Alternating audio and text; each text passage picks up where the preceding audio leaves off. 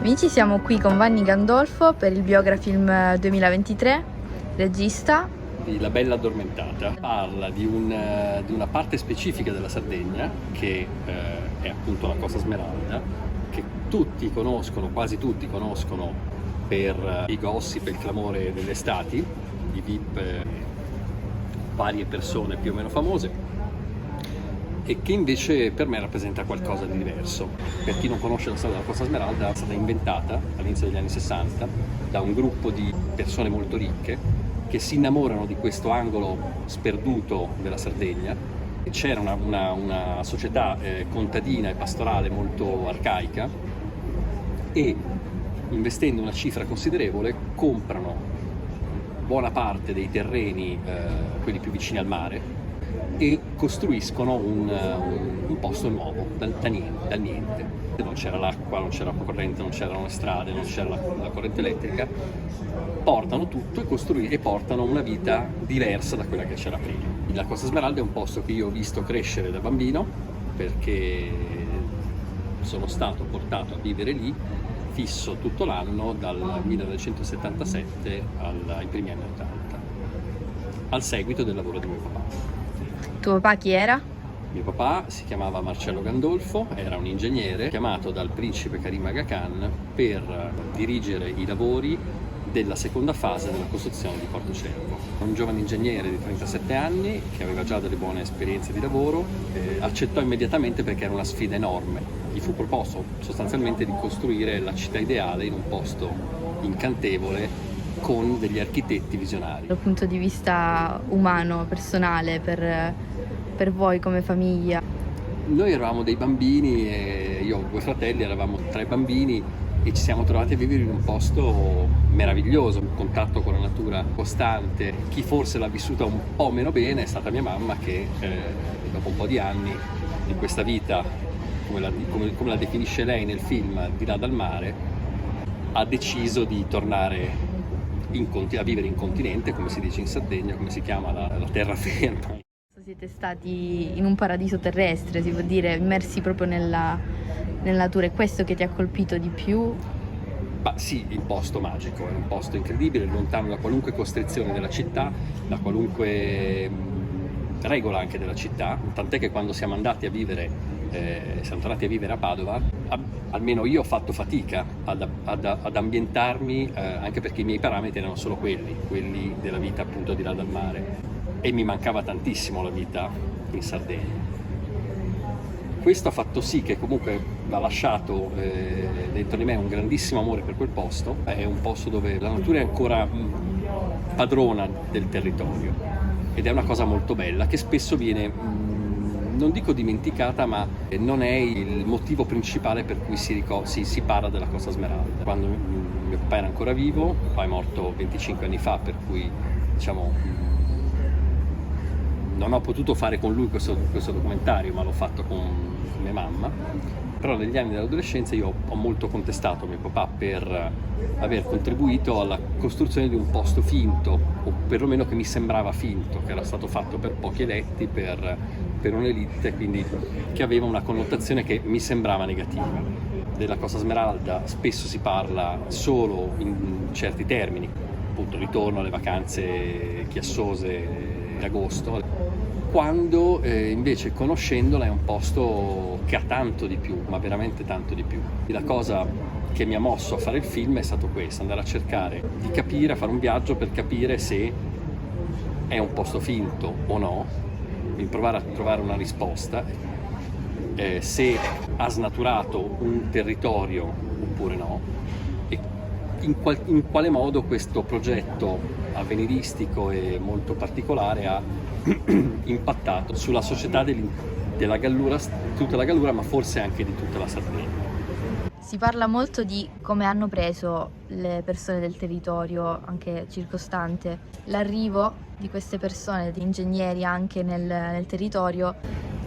Allora, le vendite dei terreni sono avvenute prima dell'arrivo di mio padre. Mio padre è arrivato nel 77, la cessione dei terreni comincia nei primi anni 60, quindi parecchi anni prima. È stato un processo lungo. Su questa vendita dei terreni è nata una leggenda, principe che arriva e salva una terra poverissima dalla miseria più nera. Allora, non è del tutto vera, nel senso che è vero che secondo la commissione parlamentare sulla miseria in Italia, negli anni 50 Olbia è una città molto povera. Questi sono atti pubblici, ma è anche vero che in quella zona c'era un'economia diversa, un'economia più antica, staccata dal resto d'Europa in qualche modo, aveva una sua identità. La gente era povera forse se paragonata a chi poteva vivere a Milano o chi poteva vivere a Londra, ma aveva una sua economia molto precisa. Era l'economia degli stazi, quindi una casa, una tipica abitazione gallurese dove si svolgeva la vita di un nucleo familiare. Era, come dice l'antropologo Bachisio Bandino all'interno del documentario, un'economia basata sul baratto, sull'agricoltura, sulla pastorizia. Non era un'economia legata alla vita del mare o alla pesca. Quello che avevano le persone di là probabilmente bastava per vivere una vita dignitosa. A un certo punto, sempre citando Bachisio Bandino, arriva un'economia molto raffinata, molto più evoluta da un punto di vista finanziario e porta i milioni. E quindi c'è tutta la leggenda anche dei milioni, di questa pioggia di milioni che arrivano ai pastori. Anno dopo anno i prezzi salgono, quindi quelli che hanno venduto per primi si sentono truffati. Quella zona abbandonerà sempre di più la pastorizia e l'agricoltura, innesca tutto un meccanismo di rivalse. Non so quanto sia vero, sicuramente i terreni sono, come dice Bandino, sono stati pagati bene per quello che erano in un'ottica pastorale, non in un'ottica di turismo. Anche perché non si sapeva. Non lo sapevano e non avevano gli strumenti forse non gli erano stati forniti gli strumenti per sapere cosa sarebbe successo di quel posto. Invece il principe come era visto? Il principe era molto amato perché comunque era molto legato a quel territorio ed era molto vicino a tutti, per cui non era un'entità astratta, lontana e distante. C'era, poi lui non c'è più nel consorzio Costa Smeralda da tanti anni, il consorzio ha preso una forma diversa, devo dire mantenendo sempre comunque un rigore nel rispetto della natura e dell'architettura, però la figura del principe aleggia tuttora in quelle zone. Il regno che lui si è costruito e lo rimarrà probabilmente per sempre. Sei stato narratore di un punto di vista completamente diverso da quello che si sente tutti i giorni. Ho provato a dare un punto di vista diverso, e secondo me la Costa Smeralda è un sistema molto più complesso di quello che appare. Il nome è stato un po'... Il nome è stato cambiato, cambiare il nome di un posto è una cosa abbastanza violenta, anzi parecchio violenta. C'è chi sostiene che nelle mappe antiche il toponimo Porto Cervo esistesse già, io non l'ho trovato, però insomma, diciamo, un luogo è il frutto delle sue esperienze, della vita che si è svolta lì. Monti di Mola aveva un nome che richiama le pietre da macina, montagne di granito, sono un luogo aspro e dove probabilmente venivano cavate delle pietre per fare pietre da macina, quindi aveva forse una ragione storica. Porto Cervo è un bel nome che suona bene, suona molto bene, è più elegante. La fotografia perché mi piaceva stare dietro, fotografare gli altri ovviamente. Però ti tocca. Quindi vabbè, Ti tocca. Ci ha raggiunto Fabio Astone. Che ruolo hai avuto tu in questo film? Come ti sei intromesso in questo progetto, diciamo? Io e Vanni ci siamo conosciuti e Vanni mi ha parlato della sua idea, del suo progetto. Io sono entrato cercando di dare il mio sguardo da interno, da sardo, che conosce la Costa Smeralda in un certo modo. Anzi, grazie a questo film ho imparato anche insomma, a vederla da un punto di vista. Lui era uno di quei sardi che diceva che la Costa Smeralda non è Sardegna. Di dove sei? È Sassari. Stessa provincia, però una provincia enorme. Esatto. E ora hai cambiato idea? Assolutamente sì, perché comunque è un film che credo ti dia tante risposte, ma ti dà anche tante domande, cioè mentre lo vedi dici no, però aspetta, è un posto finto, poi dici no, però in realtà adesso è vero, ti stimola a riflettere, ti mette tanti dubbi, e quindi per me il valore del cinema è anche quello di metterti dei dubbi, di farti riflettere. È un lavoro di scrematura di tutto quello che volevamo dire e raccontare nel documentario, quindi diciamo quello che poi è arrivato in sala è stato il frutto quindi di tanti confronti. In questa storia abbiamo anche svelato delle cose che non tutti sanno. Sì, assolutamente, devo dire la verità, non ne sapevo niente. Sono arrivata abbastanza impreparata quando è stata tutta una scoperta.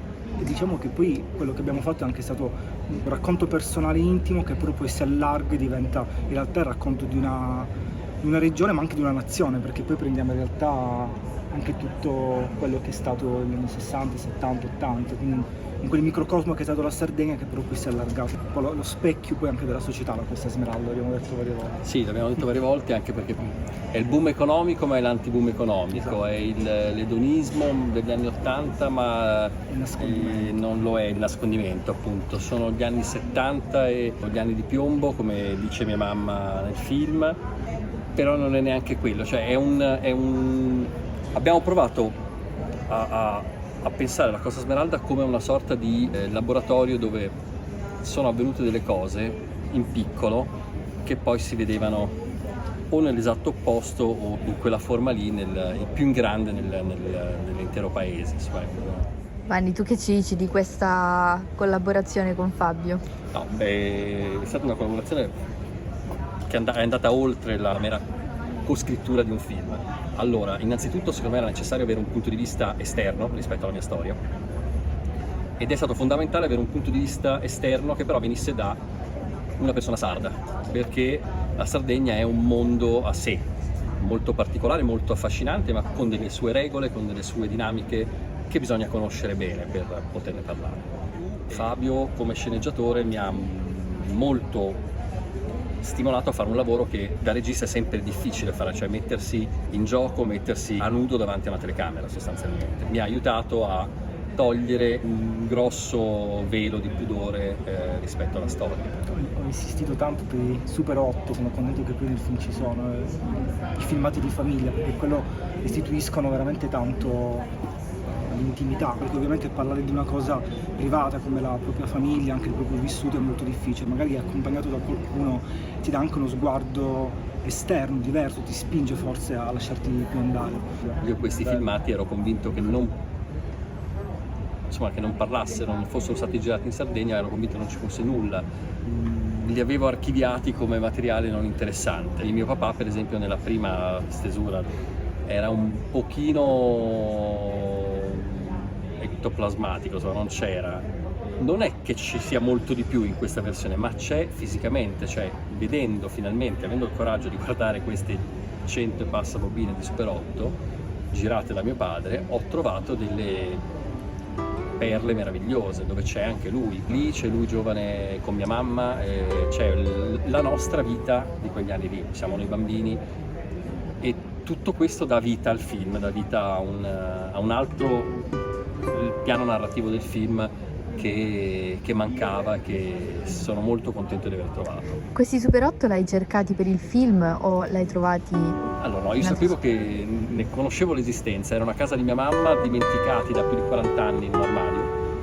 Si era rotta la cinepresa, aveva cominciato a girarli nei primi anni 60, quindi c'è veramente di tutto, sono 8 e Super 8, ma di viaggi un po' ovunque, però non li aveva visti più nessuno. Poi non avevamo neanche più anche il proiettore, aveva la lampada rotta. Io negli anni avrei voluto vederli, ma il proiettore aveva la lampada rotta, per cui non sono mai riuscito a vederli. Con una prima versione del montaggio in mano che ci piaceva, ma che aveva bisogno di diventare un po' più personale, durante un fine settimana a Padova, a casa di mia mamma, ho cominciato a scorrerli contro luce, sono piccolissimi per cui non si vede nulla, con la lente di ingrandimento ho detto oh, c'è della roba bella, quindi me ne sono portati a Roma 9 e immediatamente è venuto fuori mio padre, per cui immediatamente ho chiamato mia mamma e le ho detto per favore metti tutto in una scatola e spediscimelo. Quindi 2 giorni dopo avevo queste 100 e passa bobine e con una pazienza certosina per 15 giorni non ho fatto altro che scansionare queste bobine una dopo l'altra Allora- e trovare, ogni tanto gli mandavo dei pezzettini, dicevo guarda cosa ho trovato. Cioè io tipo impazzito, Quindi-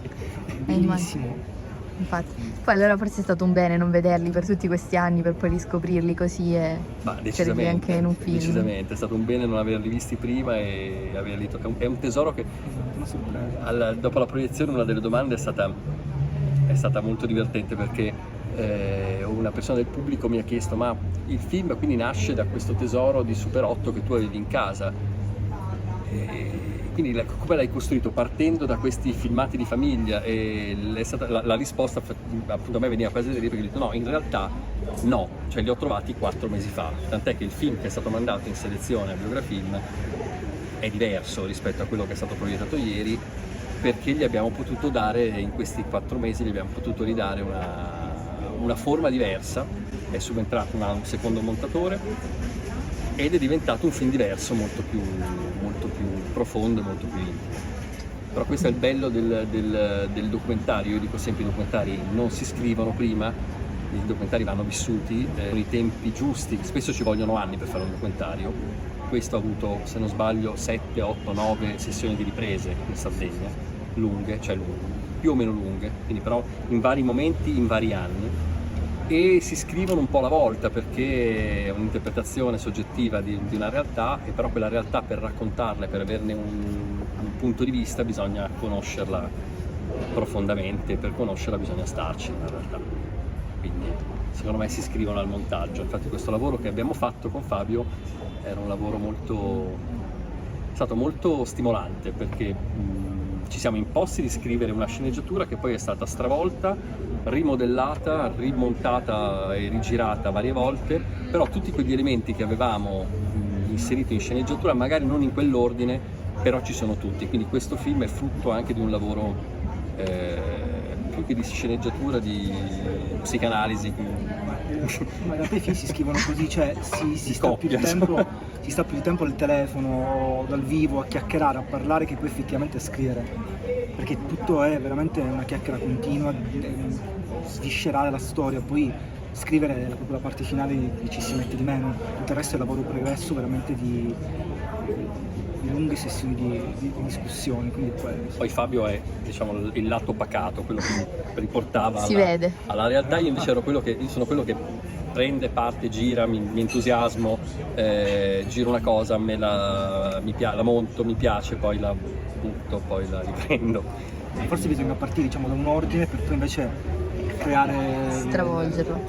la cosa più artistica, ecco, proprio prima di tutto. Secondo me in questo film noi siamo riusciti a seguire un ordine molto, molto efficace. Si può dire che comunque il film è una creatura vivente a sé stante, magari. Totale, da ieri il film appunto che è diventato autonomo, nel senso è stato finalmente presentato a un pubblico, il pubblico sembra averlo amato, quindi siamo sollevati e da ieri cammina con le sue gambe, cioè lo aiuteremo il più possibile, ma Va da ci solo. appartiene, ma è indipendente ormai. Ormai sì.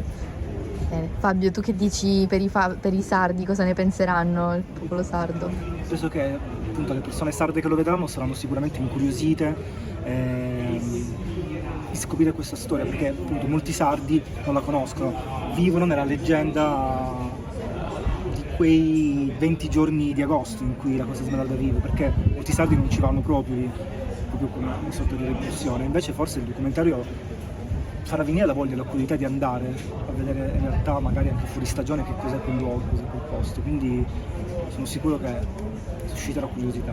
Sicuramente può andare anche oltre gli stereotipi. Esatto. Bene. Ragazzi, vi ringrazio. Grazie mille.